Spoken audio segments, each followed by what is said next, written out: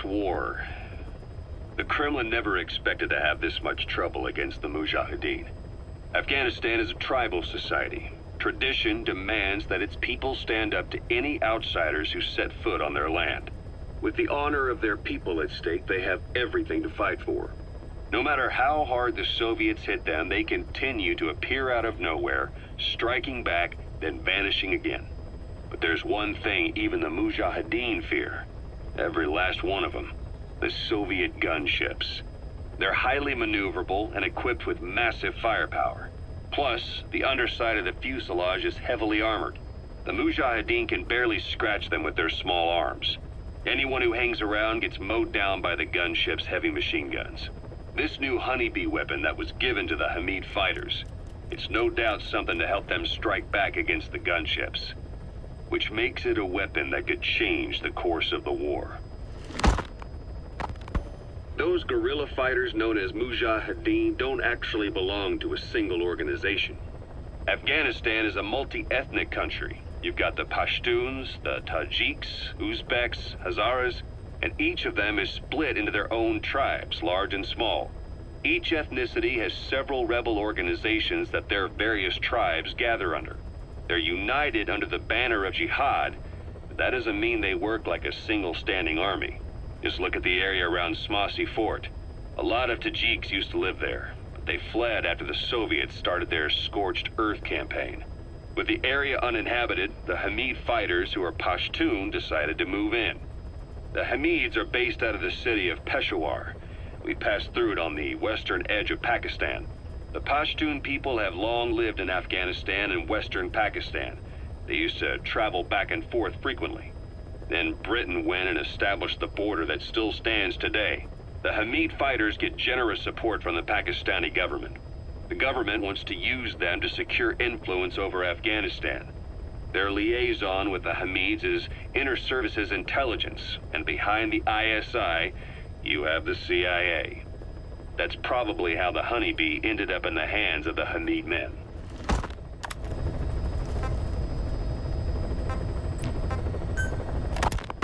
I had the R&D team analyze the honeybee. How? The CIA wanted it with everything intact. They took it apart to look at it. Then they put it back together. Everything intact. That's the R&D boys, all right. Turns out the honeybee's homing capabilities are a cut above previous manpads. It can detect a broad range of infrared wavelengths and even ultraviolet for supplementary guidance. Hence the name, huh? Right. Honeybees rely on UV light to fly. With this device, flares don't do the target any good. That's why the Soviets are losing so many gunships. And why the CIA was so desperate to get it back. It wasn't just about preventing the Soviets from devising countermeasures. What if the likes of Iran got their hands on it? American aircraft would be put at risk too. We can use this tech to develop our own portable missile. That'll give us a huge advantage. It'll take a little time before the analysis results can be applied to actual implementation. But we'll keep moving with the research.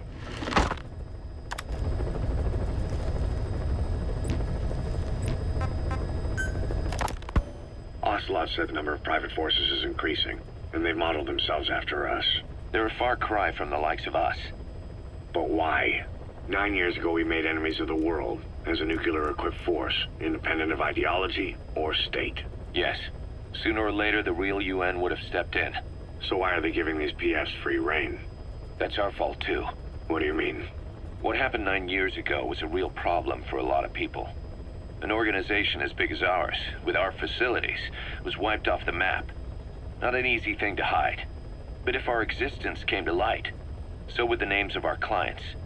We had contracts all over, east and west, from superpowers to banana republics, the lot. Our clients denied all association with the likes of us. They had to make sure things didn't blow up on them. But at the same time, they missed us.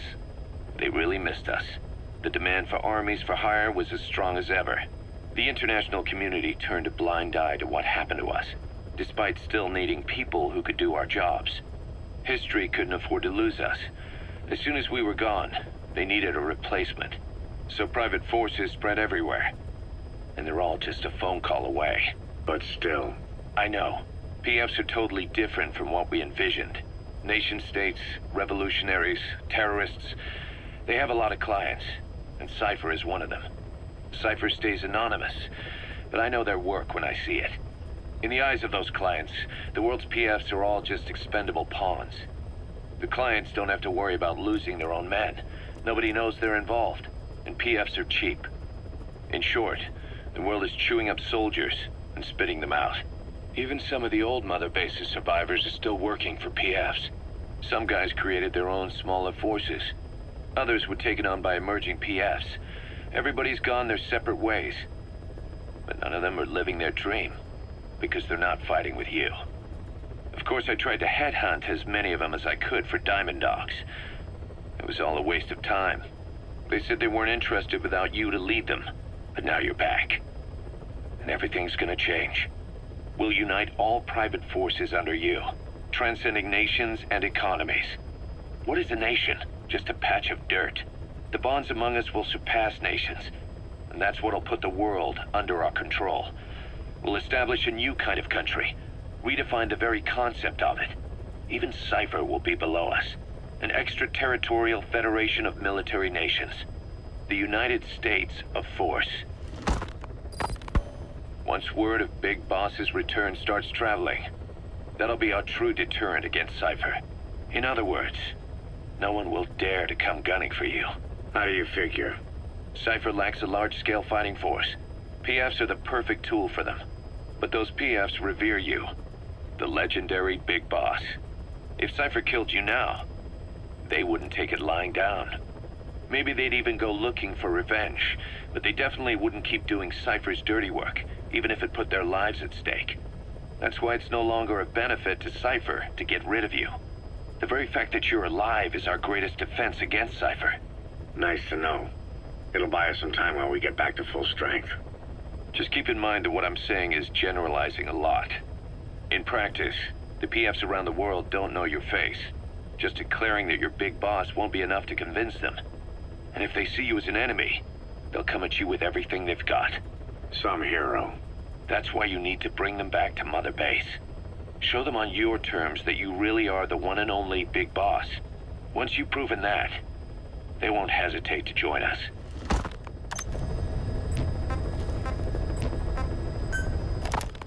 We were lucky to get our hands on that cyborg arm developer. There's no one in Diamond Dogs who can so much as maintain that thing. Bionic arm, not cyborg, if you go by what he calls it. But you're right, the East is light years ahead in bionics. They can even detect through the skin the slight electrical signals from the brain that order muscles to move. The Soviet Union completed their first bionic arm capable of doing that back in the 60s. Although I guess that news didn't really reach the West. No kidding. Zadorov's was the only one I ever saw. Quite a shock to see it for the first time. And it was no mean feat to get hold of Snake's arm.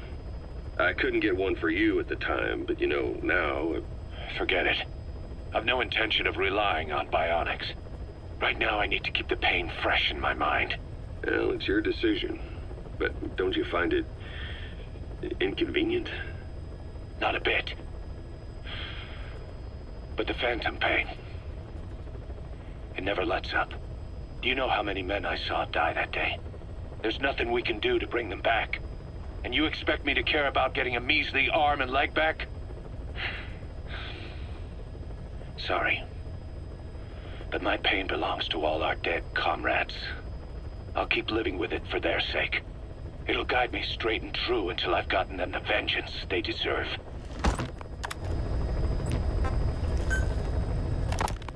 Diamond Dog's intel team specializes in information gathering, mainly HUMINT and SIGINT. They plant scouts and moles in the field. These operatives will blend into the local populace and work under the guise of a resident, or disguise themselves as travelers and ask around for information. They observe targets using various hidden bugs, cameras, and transmitters, and by tapping their satellite and phone communications. Analyzing all this information creates a clear picture of how wars and the PFs fighting them are changing. This data can also be used for threat assessment when deciding whether to accept contracts from certain clients. And during missions, the intel team keeps track of target locations and produces FOM predictions. reporting mission-critical information based on real-time remote observation of changes in the AO. What you hear from us over the radio is based on how we interpret the data gathered at the command platform. However, Intel team operatives go unarmed in almost all situations to avoid revealing themselves to the enemy. Some will carry a knife, but most have nothing at all. As such, don't expect them to help you take on heavily armed adversaries like PF soldiers. Think of them as entirely passive in the hot zone. Plus, they use all manner of techniques to remain inconspicuous in the field. If you ever spot one, you'll have some serious explaining to do. So remember, their specialty is espionage. They may not be of use in a firefight, but when it comes to intel, they're pros.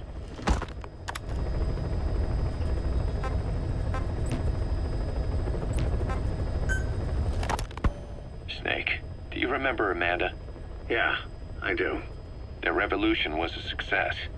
Somoza resigned, and Nicaragua has a new government.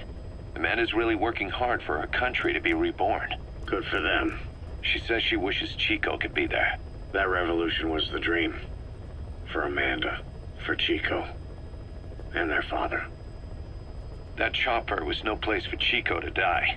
I'd like to at least think history will remember his part in the revolution. When you pick up a gun, there's always a chance you'll die for nothing.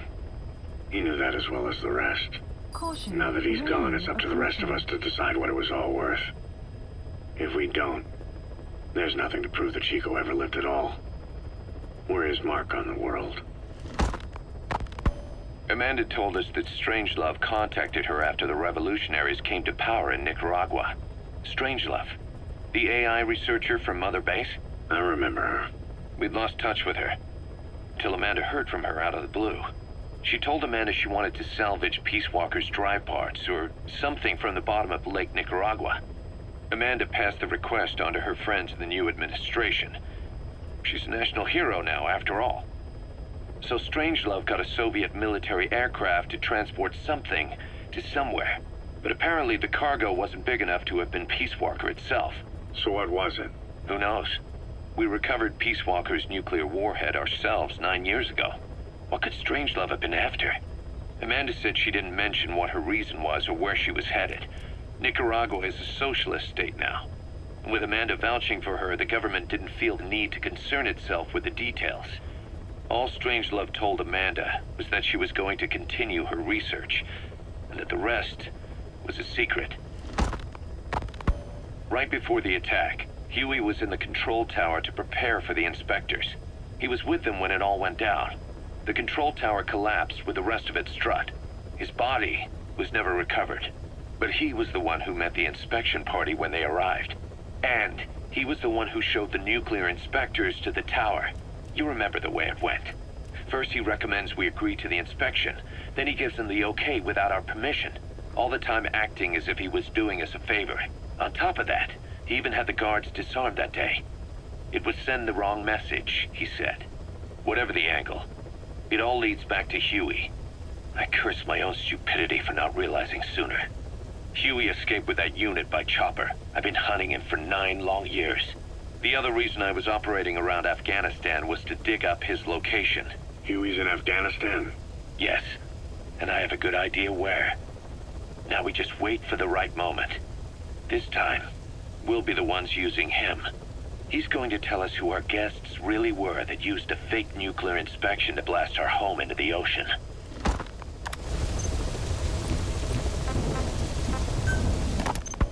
A sniper known as Quiet is lurking in the Afghan wilderness. This Quiet has performed a string of hits on Soviet officers. The attacks always occur in the same area, but sweeps of the area turn up no traces whatsoever. They've even posted guards, but they never spot a thing. And then before you know it, another body's lying on the ground. You ever heard of someone who operates like that? No matter how still and silent a person tries to be, they always create some kind of ripple. Be it breathing, a heartbeat, eating, excreting, body temperature, sweat. If this sniper can really vanish completely, that's just not human. I guess Quiet is the right name. But what is Quiet's objective? The local guerrillas wouldn't use this kind of tactic. just can't see them hiring some superhuman mercenary. And the Soviet officers who've been killed, well, they were all opposed to or skeptical of the secret weapons development being conducted in the area. Sure, they were a problem for those supporting it, but the Soviets have nothing to gain by killing them. So we have an assassin with superhuman combat skills who isn't working for the guerrillas or the Soviets. Miller has a theory that this sniper is a hitman for Cypher. He thinks it's time we silence Quiet for good. But I'm against the lethal treatment. I say we bring the sniper back alive and break that silence. Because even if this Quiet doesn't say a word, there's still plenty we can learn. Just remember this, boss. If our hunch is right, you'll be on this sniper's hit list too. If things seem a little too quiet when you're in the field, watch out. Quiet's out there somewhere. And if possible, this is one sniper I want back here breathing.